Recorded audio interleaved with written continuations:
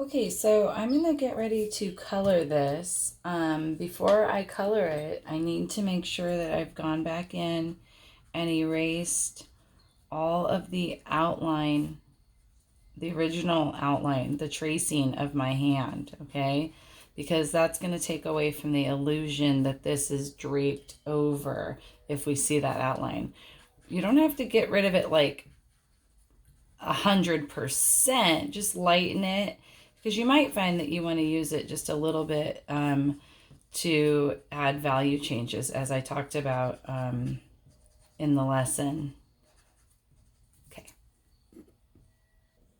so I finished erasing the tracing outline, and now I'm going to be using a black Sharpie, and I'm going to be using both of them, the fine tip and the ultra fine tip for this. And I'm also going to be using colored pencils. First and foremost, though, if you are using Sharpie, don't forget that piece of paper underneath as a protectant for the surface, because Sharpie does bleed through. So I'm probably going to want to use my ruler again to make sure that I stay with those original lines and make sure they're nice and straight. Now, one thing you might want to check is if this is leaving any type of residue. You might want to grab like a tissue that you can wipe it, because when I run my finger on it, you can see that I got some black Sharpie on my finger just now. And so if you pull it, you potentially could get a smearing. I think some of you encountered that in our last project and even mentioned it in an email to me that, oh, sorry, it smeared. Wasn't expecting that. So I kind of just keep retapping my pen. I'll get a little a piece of cloth here, a paper towel or a piece of toilet paper or tissue, facial tissue, and just kind of wipe it off before I continue. I'm going to do that all the way down. I'm going to trace all those lines, and then I'll get back to you.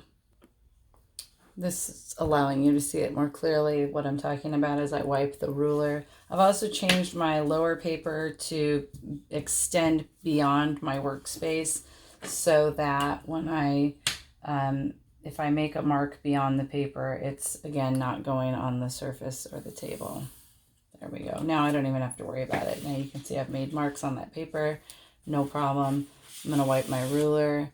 You can see the ink come off, and now I'll do the next line, and so on and so forth. When you get to the bumps, I'm going to go ahead and draw straight, and then I'm just going to go ahead and trace over the pencil mark.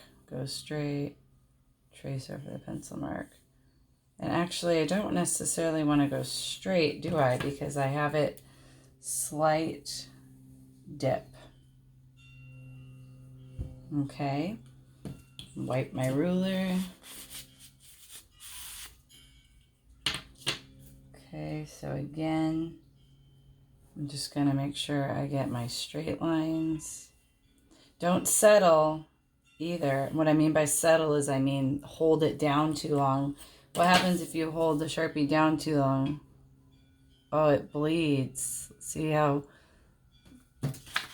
much that line is not thin anymore, how it's inconsistent and bleeding. So you don't want to settle in a spot too long and let the ink pool.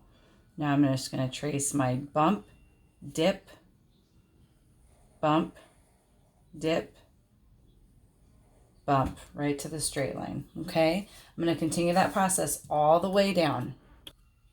Just going to check in real quick. I went ahead and did all my lines down, and now I'm just doing the freehand portion, the bump,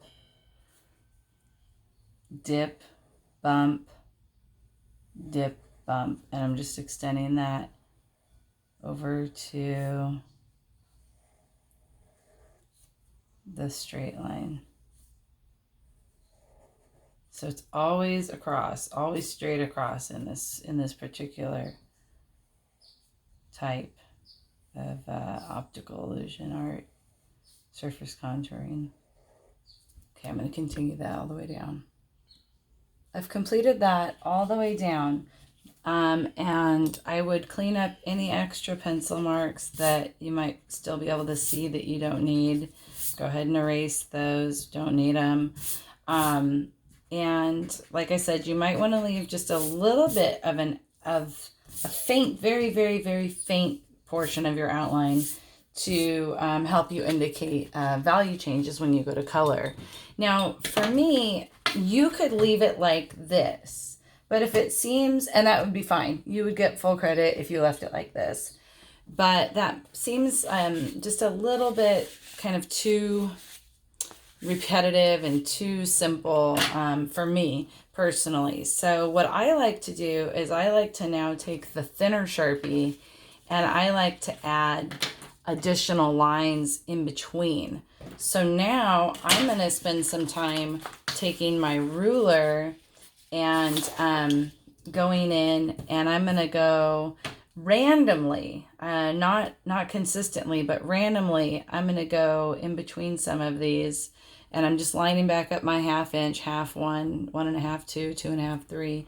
But I'm just going to grab the quarter line, which is in between the 1/2 inch. So it's it's a 6 inches, and then it's 6 1/4, 6 1/2, 6 3/4, 7, right? So it's the lines in between the half. And I'm going to grab some of those, and I'm going to do it the same on both sides. So you want to make sure you stay alert and pay attention that if you're doing it on one side, you're doing it on the other so that you have a line to be able to match up.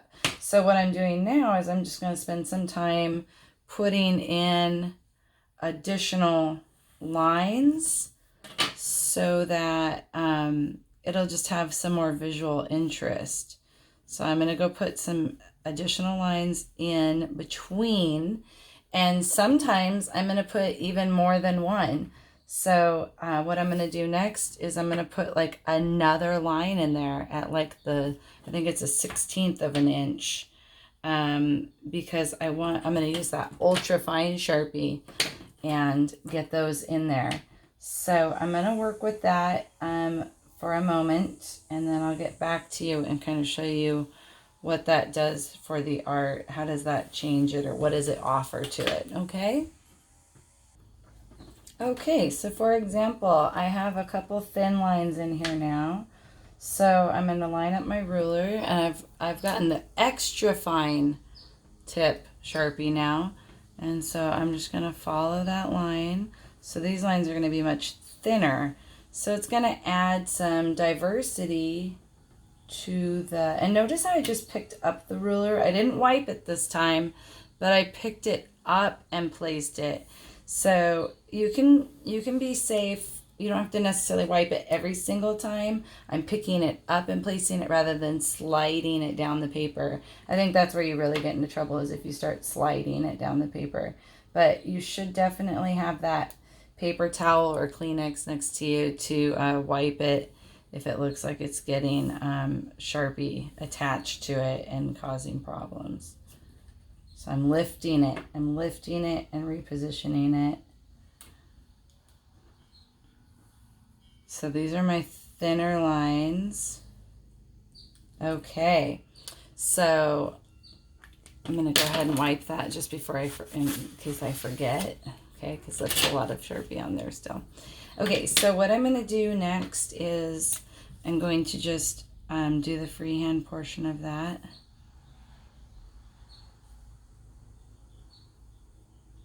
Okay, I'm just adding some variety, some added interest in here. Okay, and then with this one, I'm going to make it actually solid using the fine tip Sharpie.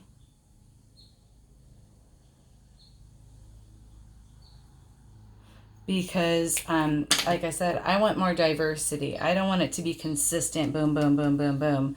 I want thin, regular, and then some random thick ones. So now I'm going in with my fine tip Sharpie, and I'm just filling that line in, making it a thick line instead.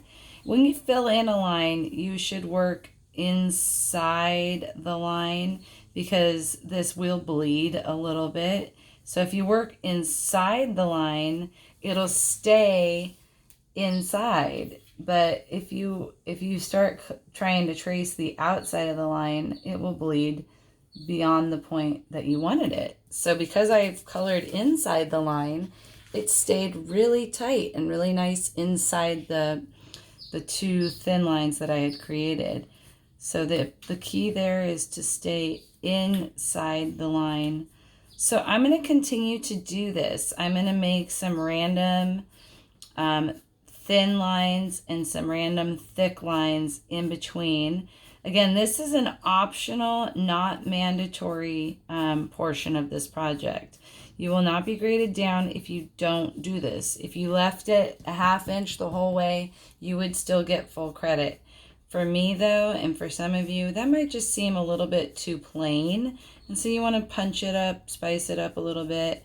So this is for that, you know, extra step. If you guys want to take the extra step like I am, then you are now witnessing how to do that. I'm going to continue to do that throughout this, and then I'll get back to you when I start to color with colored pencils so everybody can see that step.